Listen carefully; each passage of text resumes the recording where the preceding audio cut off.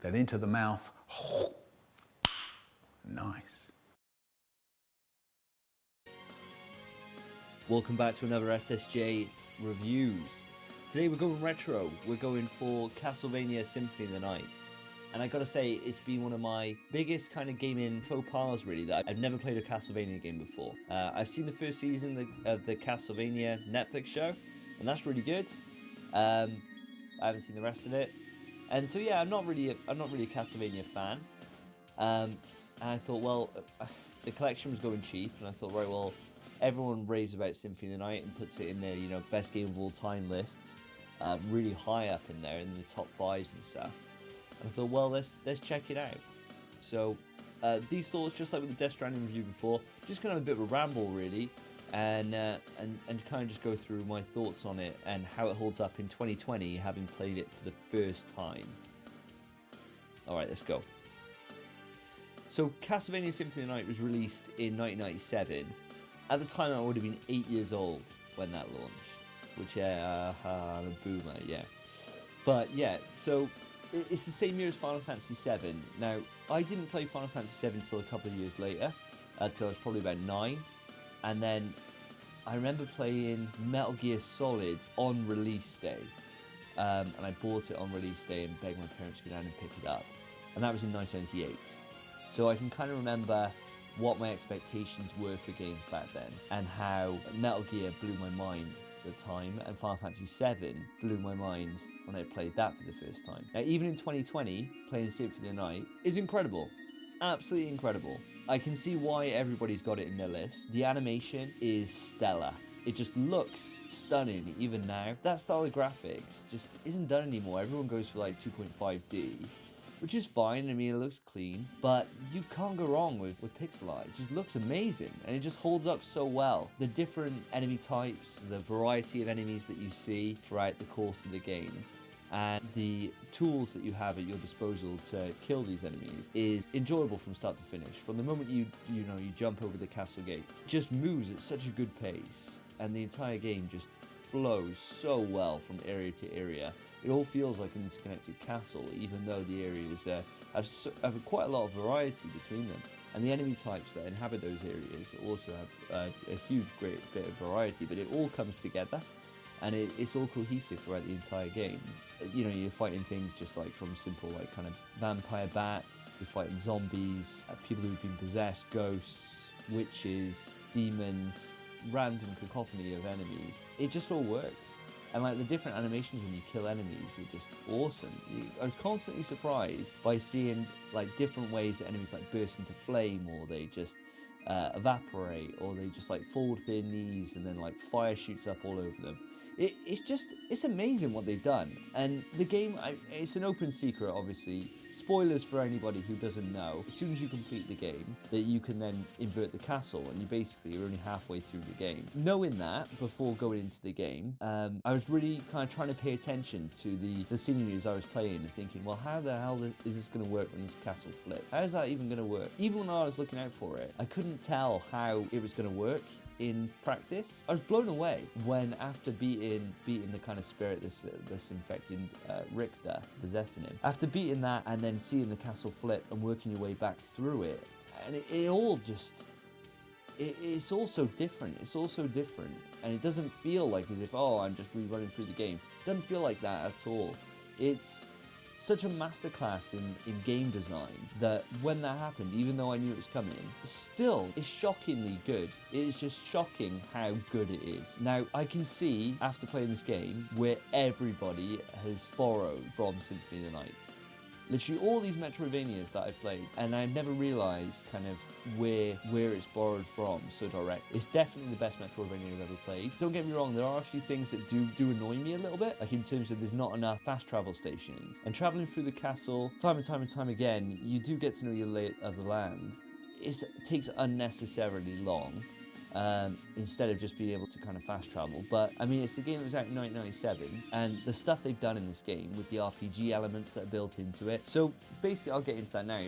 You find armor and you find weapons throughout the game, and you're constantly kind of finding different tools that you get either from your luck stat, which is affecting the chance of it dropping from an enemy, or just items that you pick up throughout the course of the game. Those items are hugely varied, so you've got like a real good mixture of different shields, sword, there's an axe in there for good measure, and you get all these different usable items as well. And by the time you get to the end of the game, you've got an absolute massive swag bag full of stuff. For me, it was all about swords, all about just a one-handed sword and shield. That's just what I ran throughout the entire experience. I didn't ever use a two-handed. Never felt the need for it. I always felt like as if my one-handed was just fine and it was just good enough. I did use a shield rod for a while, and that was bust, and that carried me through the first castle. That just totally carried me, that and the knight shield, because you get like certain special magical ability upgrades and stuff for using different shields with the shield rod. Even though you're in the menus quite a lot, or I was, especially when it came to the map. The map is an absolute godsend, and it's so well done. It's just so well done. How you can go into an area and you know, right, okay, well, I've got like 2 potential exits there I haven't gone through, when you're trying to think of where to go next, because the game doesn't really signpost you where you need to go, what you need to do. You're kind of just wandering. Through the castle, but you can figure out exactly, just like any Metroidvania, you can figure out where you need to go by the fact that you haven't gone to that location on the map. And the map just works really, really well to be able to kind of pinpoint those locations and to kind of steer you through. The gameplay of the game generally is real simple, and then you've got different transformations which kind of make you be able to access different areas and things like that. On the face of it, it's a real simple game. It's just fun. It's just fun, just slashing stuff and just exploring the environment. There's just something really, really satisfying about it. Now, the gripes that I got against it, obviously I've mentioned the kind of lack of fast travel. Biggest kind of frustration with the game is that it's just too easy. I died maybe twice throughout my entire playthrough, and both of those deaths were normally due to just like an environmental hazard, like spikes or something, like where I thought, oh, I can just, just jump through that, or turn into a bat and fly through it, and then you need to transform back into a bloke. I didn't have the right armor set and died. It was stuff like that. I never died to a boss, didn't die to any enemy at all. And the reason for that, really, I think, was kind of just stumbling onto some broken ass weapons in both sides of the castle. So the first was the shield rod, and I tried it with a load of different shields and found out with the knight shield it just boosted my attack by 30 points. So I was just absolutely slapping people, and that carried me through the first castle. And then as soon as I got to the inverted castle, pretty much right off the off, I got the best sword in the game. That's the sword that you'll see me using for the majority of this gameplay that I'm using now. And it's just bust. I mean, I got some footage coming up now of fighting the last 2 bosses of the game, and it turned from, instead of kind of at the start of the game you had to really like kind of dodge stuff, and you had to be using your backdash and different kind of ways, you had to really kind of actually play really and kind of use your shield and stuff like that. I don't think I used my shield for the entire last castle. It just wasn't an issue, because I could literally just grunt and just brute force my way through any encounter and just source everyone. And it was fun. It was really fun. But a bit of challenge would have been nice. And granted, I could have just not used that sword, but I mean, that sword was bust ass, so of course I was going to use it. And granted, that's probably affected my viewpoint of it, because if I hadn't found that sword, maybe I would have found the inverted castle challenging. But the one thing that's irrefutable is that there's too many save points. Far too many save points. Now, when you save in this game, you get your health back. There's no checkpoints or anything, so it is just your saves that give you another chance to carry on. There's just too many. What the game could have done with is just having far less save points and more travel stations. That would have been perfect for me, because then it would have meant that I would have had that kind of Dark Souls feeling where you want to carry on, but you're scared of pushing on just in case you kind of lose all your progress. And I think that would have added a lot of tension to it. Unfortunately, I always knew there was a save point around the corner, so I might as well go on, even if I got no health or no healing items or something, because oh well, a couple of rooms down the road and I'm going to find a save point. It just wasn't ever an issue. It just was never an issue. It did mean that you kind of breeze through it. You can breeze through it. I mean, I pretty much explored the majority of the map. I've got like a few bits to clean up, but for all intents and purposes, I'm done. And that's over 7 hours. It was a breeze. It wasn't challenging in the slightest. But that's the only gripes I've got with it.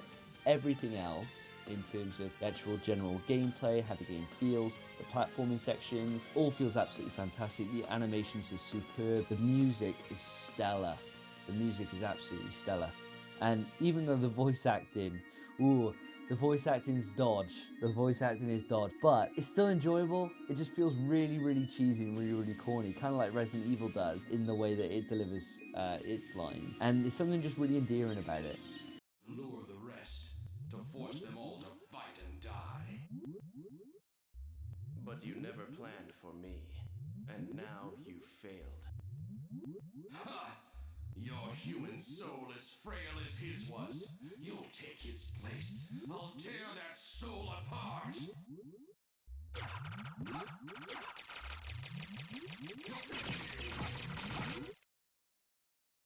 Oh, no! Definitely wasn't a negative to the game at all, but the soundtrack is phenomenal. And the one thing they need to do with this game, and with Castlevania in general, get Alucard in Smash. Jesus Christ. We got Richter. I mean, granted, I haven't played Rondo of Blood yet, so I might feel differently about this. But Alucard's cool as hell. He's a cool-ass character. And the stuff you could do in Smash with Alucard would be so sick. And instead we get Byleth. Ugh, but that's a topic for another day. Overall, even in 2020, on my first playthrough of the game, I highly, highly, highly recommend it. I can see exactly why it's in everyone's top 10 games of all time list. It's definitely the best Metroidvania game I've ever played. Absolutely stellar. Thoroughly, thoroughly recommend it. If you haven't played it and you've been putting it off and it's on your gaming sins list, just get it done. It's cheap as anything on PlayStation Plus with Rondo and Blood as a collection. I'll be working through that after I finish Doom, and I'll probably put a review up on that one and kind of let you guys know how I feel about that, because that's supposed to be solid, that one. Right, well, that's it. I'm signing off. I hope you enjoyed the second review, and I'll catch you guys down the road. Take care.